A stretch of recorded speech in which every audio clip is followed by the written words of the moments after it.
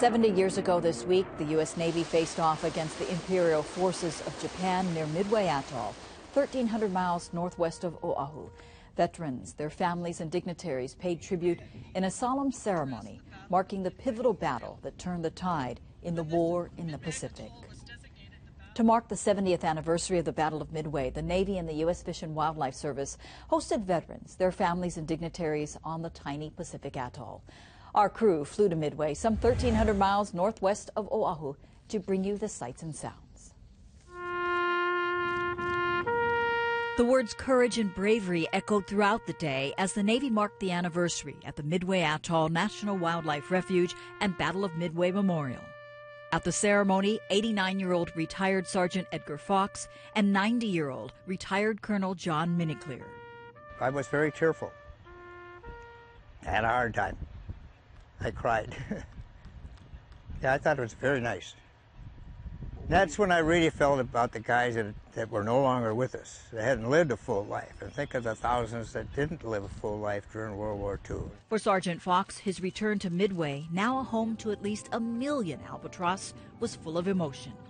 And even the visitors that didn't even know, shaking my hand and thanking me. And some of them had tears in their eyes. The retired sergeant remembers not being allowed to fire a single shot. I didn't get a chance to put all my training to work. I trained for a year to be the best machine gunner they had. Won all kind of contests, and when the time came, I had to hide underground for the first wave. So after they left, then I was told to get up and put my gun on a pedestal and get them when they come back. But they didn't come back. Colonel Miniclear was atop a 30-foot searchlight tower. He watched U.S. planes take off for battle and counted the number of enemy planes attacking. If it hadn't been for the fact of watching this poor guy being strafed and killed in front of my eyes, I wouldn't have thought too much about it.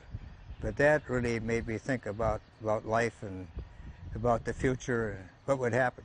So I made up my mind I'd do the best I could wherever I went. Commemorative events included a ribbon-cutting ceremony of an exhibit honoring the sacrifice and heroism of the men who fought at Midway.